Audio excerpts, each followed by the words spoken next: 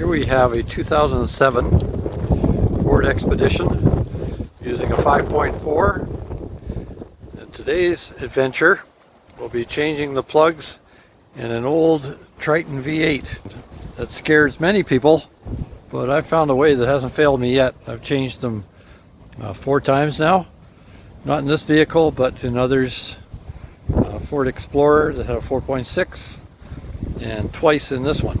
So I'll show you what I do. It makes all the difference. Well, I do have the tool and it does work well. I bought one from Lyle, I-S-L-L-E. Actually I bought it in Napa, made by Lyle, and it extracts the remainder of the spark plug if you happen to break it off, which is a real problem with the Tritons. Here goes. Now before I get started, a little bit of a backstory on this vehicle. It's that my daughter and son-in-law recently moved to Minnesota, and they bought this vehicle when they were living in Saskatchewan.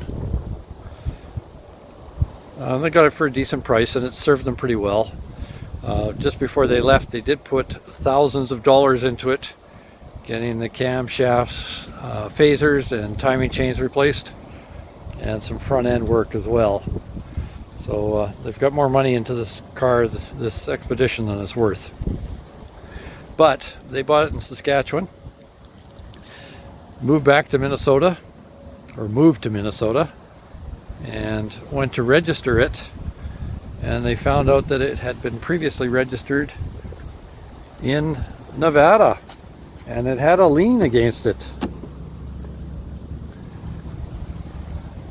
So you got to check the backstory. So this speedometer, you can see, is in kilometers, which who would expect that this came from the US? So that instrument cluster has been changed. That means the odometer has been changed. So there's really no way of knowing how many miles or kilometers are on this thing. But I think it's running around 300,000 now, kilometers, which is about 200,000 miles. And that's not abnormal to have to replace the timing chains. So let's have a look. Yeah, 341 it says.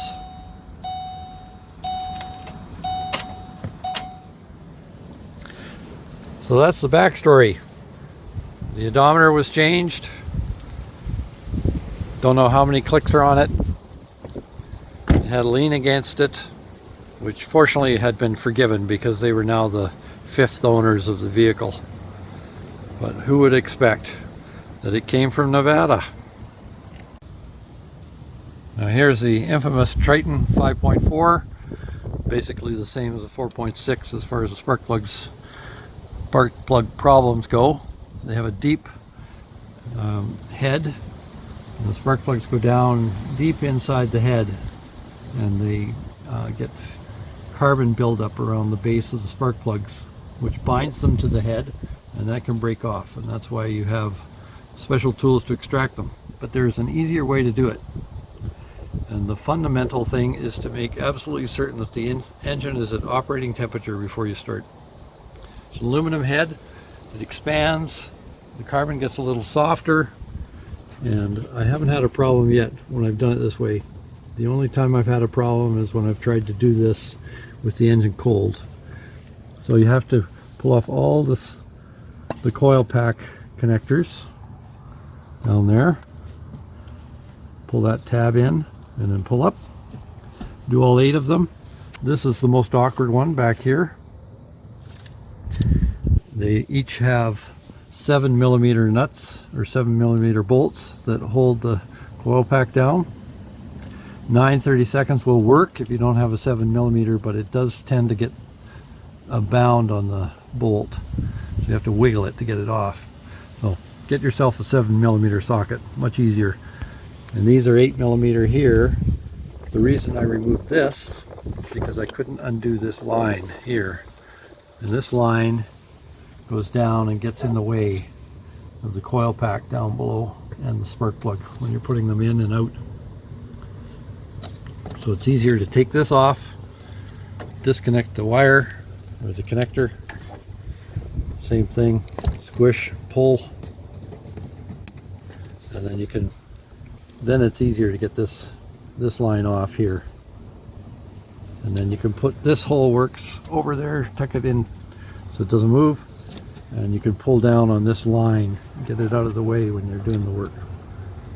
So I'm going to show you with one of the easiest ones, which is number 5, what I do. I did this yesterday, and my brain dead brain, I didn't even think of videoing it since I'm away from home and never even thought about it. But this is a valuable video to hopefully help you with changing spark plugs in the Triton.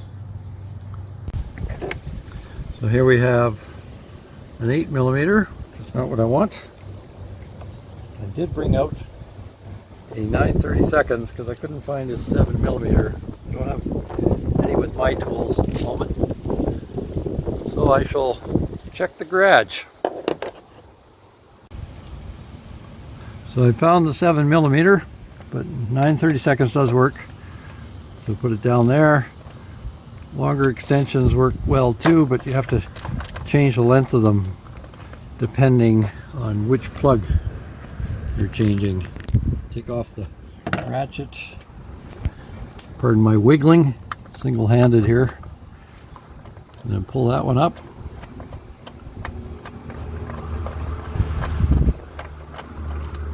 There we go. Another thing to watch is that Motorcraft plugs are 15mm, and Champion plugs, which is what was in here before, are 5/8. A 5/8 will turn without engagement on a 15mm. So here we go. That's the inset spring. Contact goes inside there. Make sure that they are well greased with dielectric grease. That's very important. You can get arcing tracks, and it'll build up carbon along the side of the spark plug, and that will cause a misfire. So it's easiest if you have a code reader as well. It will tell you what particular cylinder has a problem. One thing to be aware of is always blow out the grit and sand and dust that sits around the bottom of the spark plug before you remove them. You never know what you're going to be putting into the engine. Beware. Here's the 15mm socket. It's important that you have a rubber inset in there. That goes over the top of the plug. That helps a lot in not breaking plugs. That little piece of rubber.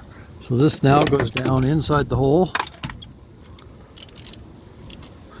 And when the engine's warm, and this one is not, but I did change the plugs yesterday, the first thing you do is tighten it slightly. And we're talking fractions of a turn. I don't know if I can get this to hold position or not. Doesn't look like it. There we go. Now, so you have to get into a very comfortable position. Make sure everything is straight, and you turn this just ever so slightly. Just like that. And then pull it back the other way. And you keep doing that until you feel it give. Now this engine is cold, and that plug is really tight. And I did not torque them up that much yesterday. So the idea is like about 1 click is all the rotation you want. It's hardly anything, just like that. So you tighten it slightly, and then you move it back slightly, and you keep doing that until it actually comes free, and you can feel it when it breaks free, and then you can pull it out. If I try to break this free now, I run a great risk of breaking it off. So even though the carbon is not there, it's not so much breaking the inner part of the plug as breaking the top portion, and I really don't want to do that.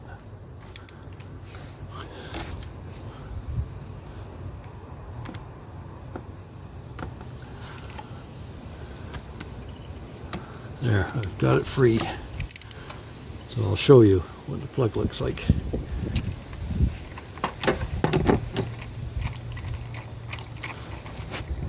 And the rubber is also useful for hanging onto the plug when it's loose. And it's only about 8 full turns to get it out. That's all it's threaded.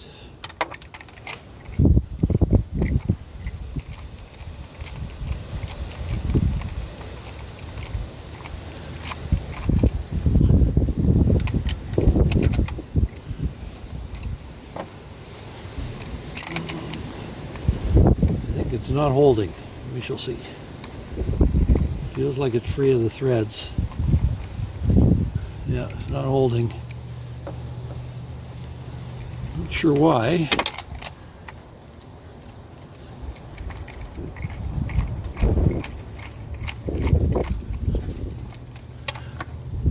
Nope. Let's try it with the pliers. So here's some of the differences between Champion and Motorcraft. Here's a Champion plug. You see both have the beveled seat. The Motorcraft has a larger bevel. Varies with the plug, but this Motorcraft has a complete steel over top.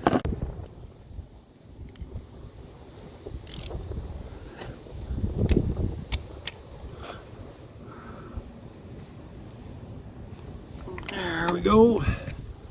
In. Spring is in. The end is greased up. Put it down. Put it a bit at an angle here and then get it onto the plug.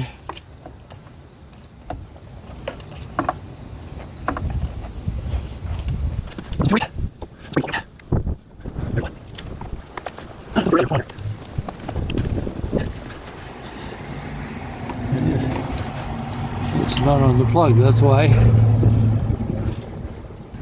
Unplug first if that's what it wants.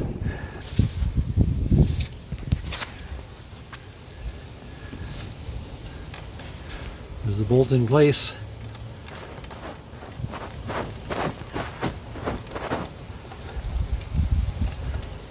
It's going in.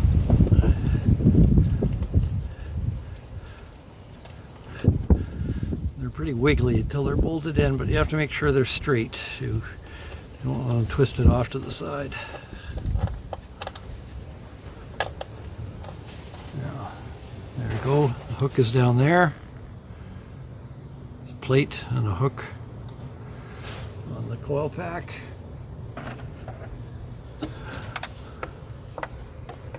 This on. Go. This one.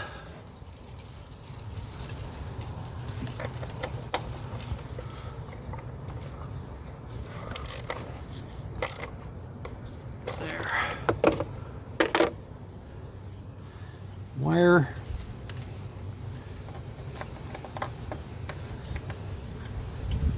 And it's on. And that's how you change plugs in the Triton. Warm it up and carefully dislodging, breaking it free. Just a little bit at a time, back and forth. There it is. No codes. Running on 8 cylinders.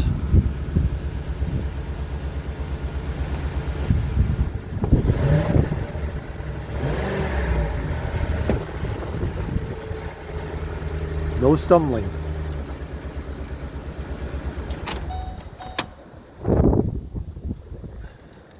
The main problem before was one of the plugs was set to about 80 thousandths.